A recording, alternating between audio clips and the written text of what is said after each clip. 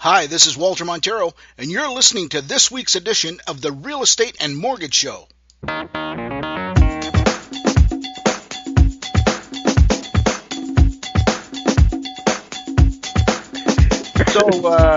So how do you feel about being a guest on Interview the Experts? This is quite an honor for you, really, isn't it? No, it is. I could see that.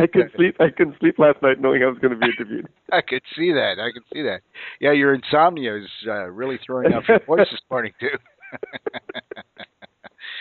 So we're going to talk a little bit about condos, Vic. What's the difference? What's the deal with condos? What should people be concerned about when they're buying a condominium? The only difference with condominiums and a freehold home is the condo declaration, okay?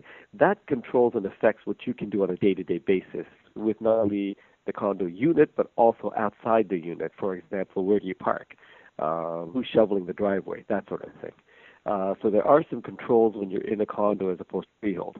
Now, having said that, freeholds also have a control, which is the city bylaws, right? So you can't paint your garage door fluorescent pink. It just won't work. The city would be all over you, right? Yes. So there's controls there, but not as stringent as with a condo.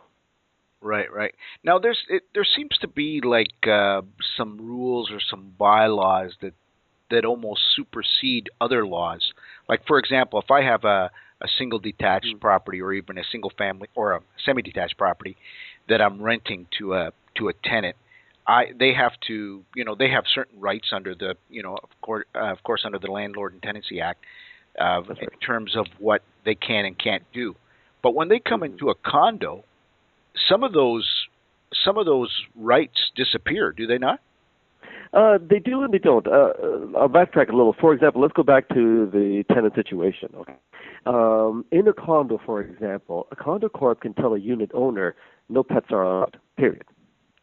Okay, and the unit owner must comply to that. However, if I, as the unit owner, rent to, let's say, you, okay, and you happen to have a dog, the condo corp cannot stop you from having a dog because the Landlord-Tenant Act supersedes the Condominium Act. Oh, I see. Okay, so it's sort of amazing that the condo corp can control you, the unit owner, but not the tenant. Oh boy, yeah. Okay. So every situation is different. Depending on what you want to do, it may or may not affect you. Now there was some talk a little while ago about being careful with renting out condos that were built before a certain time, like 1979 or 1980 or something along those lines. Do you know anything about that? I haven't heard anything concerned that way, no. I mean, when you are rent condos, you have to make sure the condo allows it. Okay. Some condos do restrict who you can rent to. Right. Some condos, for example, say you can rent but not to students. Oh, I see. Okay. Others say only single families can rent there. And so if you are planning on buying a unit or renting a unit that you already own, better make sure the condo allows it. All right. So just protect yourself with clauses and whatnot. Yeah. Make sure that you're not getting into a situation. I mean, I can speak, exactly. I can speak specifically to the city of Waterloo, which has now created its own bylaws, whether you're in the condo or not, and you have to comply with a whole host of other things now in order to rent. Right. Yeah. That's a whole other kettle of fish. That's a whole other topic all by itself. Yeah, maybe you should call me for another one next time. Well, I'd like to call you, but it's so tough to get through to you. I mean, see, that's not true. Now, I'm selling a condo project down here in Cambridge, and it's a true condominium in every sense of the word. Like it is in fact a condo. But a lot of people now are sort of confused with this whole freehold condo status. So tell us a little bit about that. What's the difference between the two? First of all, what makes a condominium in what makes a condo freehold? Like, what's the difference? Okay, yeah. It's almost like a contradiction. Yes, exactly. Either you're a condo or you're freehold. Which one is it, right? That's right. Okay. What you were speaking about the properties that you've listed right now, the true condos in the true sense, what that means is basically you own a unit, but everything outside of your unit is controlled by the condo corp, including the driveway, the front door, the front windows. They're all controlled, the mowing of your lawn, etc., all controlled by the condo corp. You Correct. just own your unit within the drywall space, and that's it. Right. That's your true condo. Okay? Right. Now what they've created is what they call a freehold condo, which is a contradiction. I call it semi-condos. Right. Basically, let's say it's a townhouse situation. you own the entire lot. Not only the building, the townhouse itself, but the lot that the townhouse sits on. And you have to maintain everything in that lot, from the roof, the windows, the front door, the lawn, the driveway, the entire works, as if it's a freehold. However, the main thorough street and the parking for the visitors, etc., that is controlled by the condo. Oh, I see. Okay. So in a true condo, you maintain nothing except for inside your drywall. In these, what I call semi-condos, you actually maintain your lot like it's your freehold home, and they control the main thoroughfares, the main landscaping, that kind of thing. I see. I see. So basically, it's anything that's sitting on a piece of property with an undivided interest, so to speak, right? Yeah. Yeah. Exactly. Yeah. Okay. I get it. But All right. again, owning that lot doesn't mean that you can throw fences up wherever you like and whatever. Right. Controlled again by Condo Corp. You still have to comply to the bylaw. Exactly. Yeah. Okay. Now, getting to that, like I know with some condos, and I've even seen some write-ups in the paper recently, where there's people that own freehold condos, and their roof is coming up for needing repair, and of course they want to protect their investment, so they replace it, but their neighbor doesn't replace it, and Right. now they're concerned about first of all aesthetics. It doesn't look nice. And secondly, they're concerned about potential damage to their property because they can only, cover the roof to the limits of their unit. What's the situation there? Does the bylaw actually address anything that you are responsible for your roof, but if you don't fix it, then they can fix it, or is there any? Exactly. They do that, do they? The bylaws are different. Every Condo Corp is a private corporation, shall we say. So it's created with its own bylaws, its own declaration.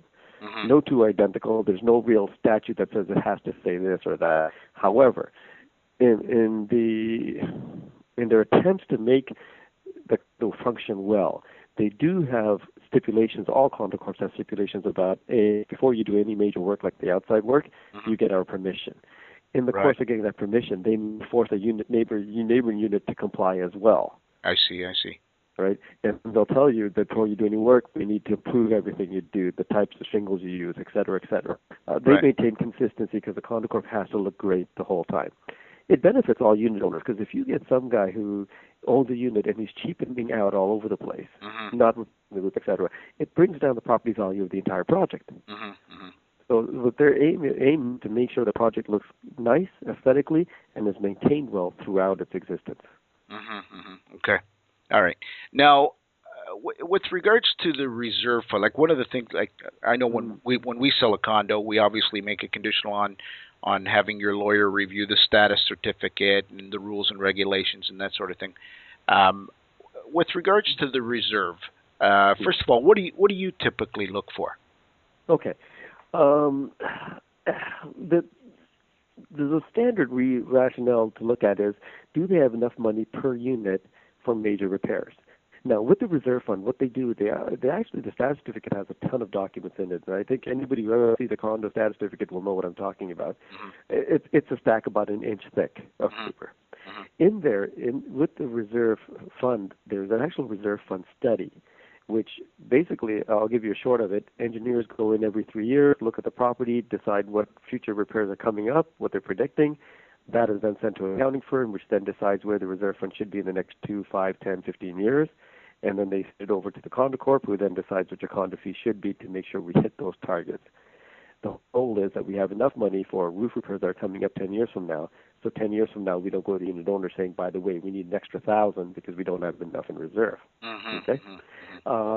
So what we do is we look at exactly what the engineering report said, what the accountants have said, and then see if the reserve fund is dead on target. If it is, great.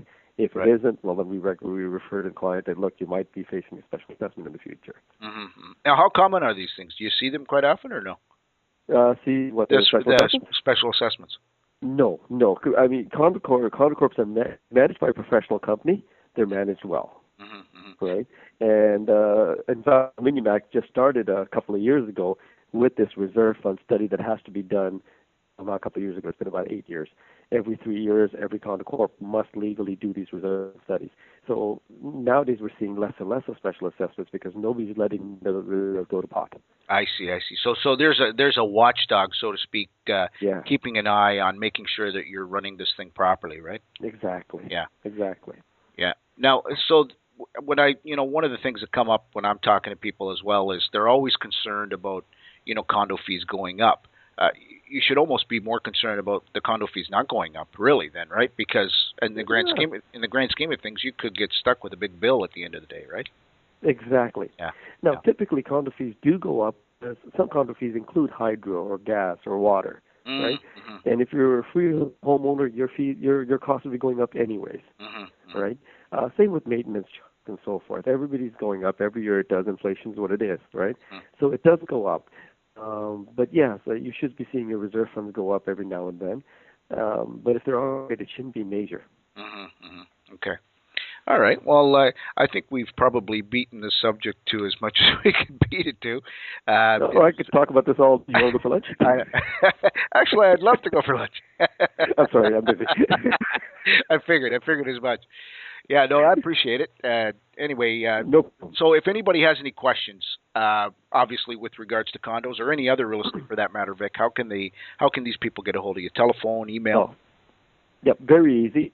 Telephone would be 519-744-8585. And email is probably the fastest way to get in touch with me. I think you know that, Walter. Yep. My direct email. Victor, I don't know. You keep deleting mine. So sorry. Go ahead. Actually, I don't know how you still get through, but anyways, Victor at V for Victor, H for Hussein, Law LAW.ca.